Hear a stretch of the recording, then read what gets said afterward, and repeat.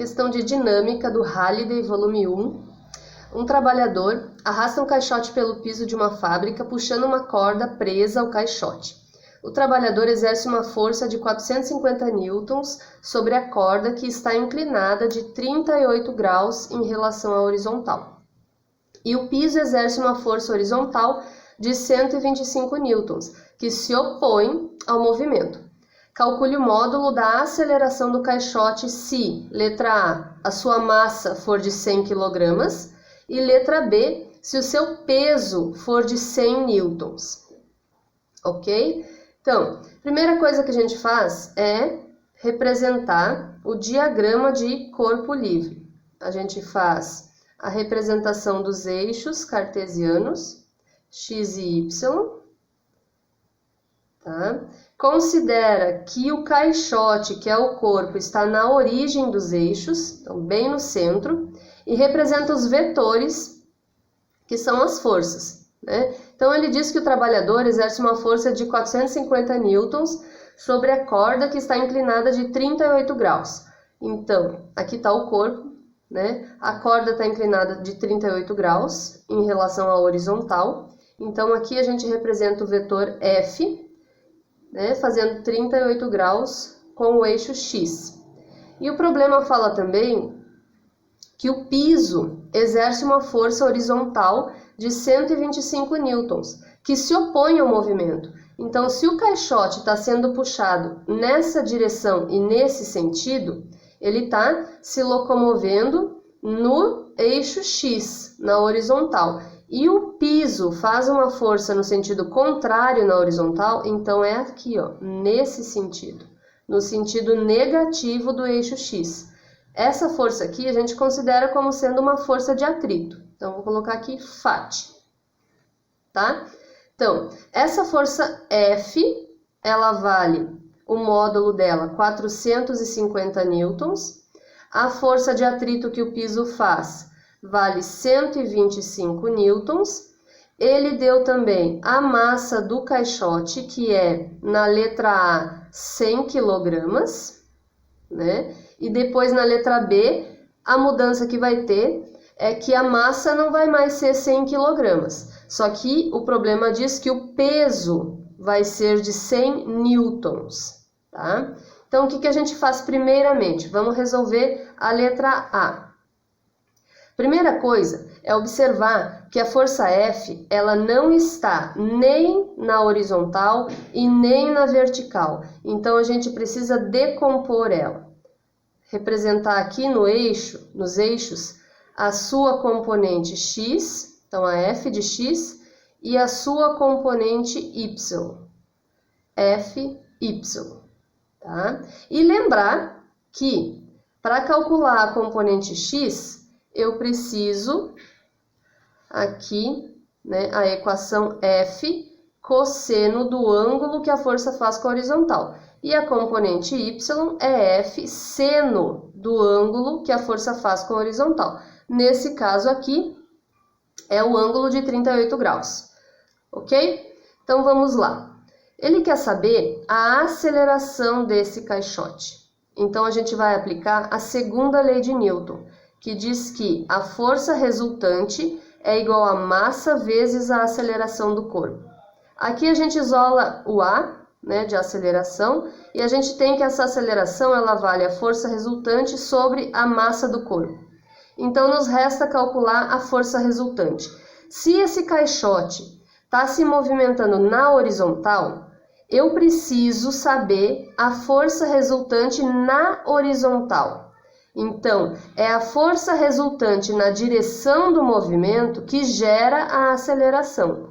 Eu tenho duas forças na horizontal, a Fx e a Fat. Então, eu preciso utilizar aqui a resultante entre essas duas forças. É a resultante entre essas duas forças que vai ser igual a massa vezes a aceleração. Então, a minha aceleração aqui nesse caso é justamente a força Fx menos a força de atrito sobre a massa. Essa diferença aqui é a força resultante. Ah, mas por que é Fx menos Fat e não é Fat menos Fx?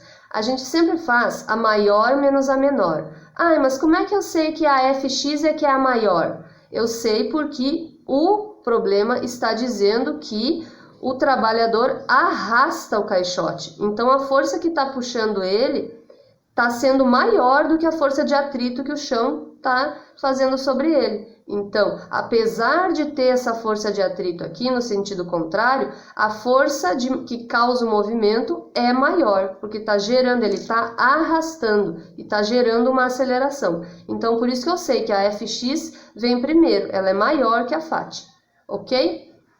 E aí a gente faz as substituições, fazer aqui embaixo. A aceleração vai ser a Fx, a gente tem que é a mesma coisa que F cosseno do ângulo, tá? Então, no lugar do Fx, F cosseno do ângulo, menos a Fat,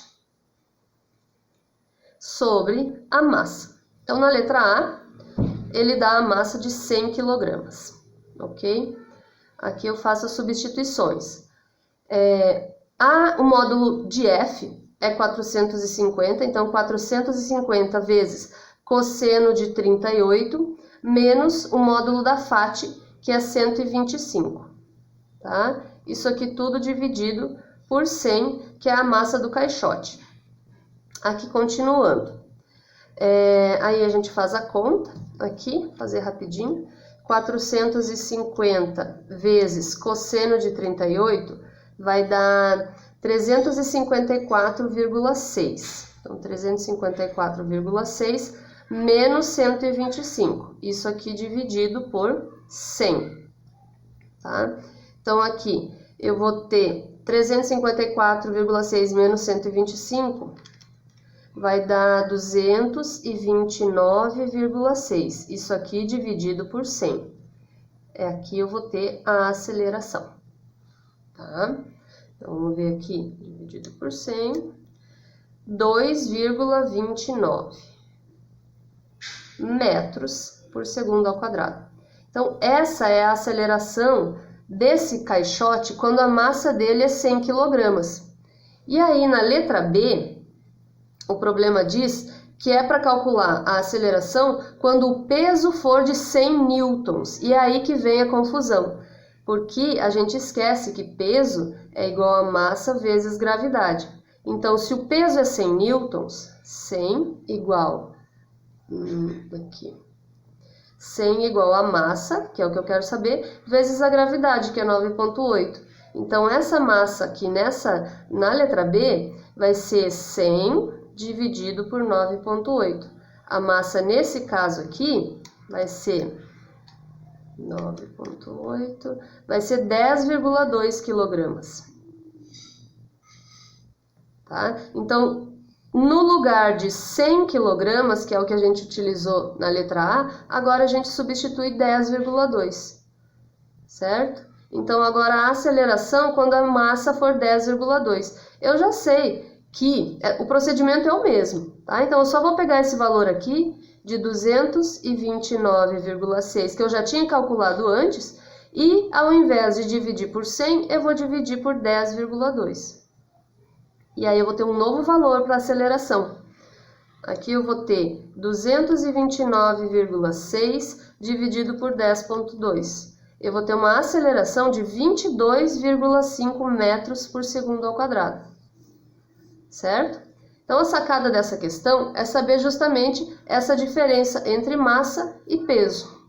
E a gente pode observar que quanto maior a massa, menor a aceleração. Diminuiu a massa, diminuiu proporcionalmente a aceleração. E é isso.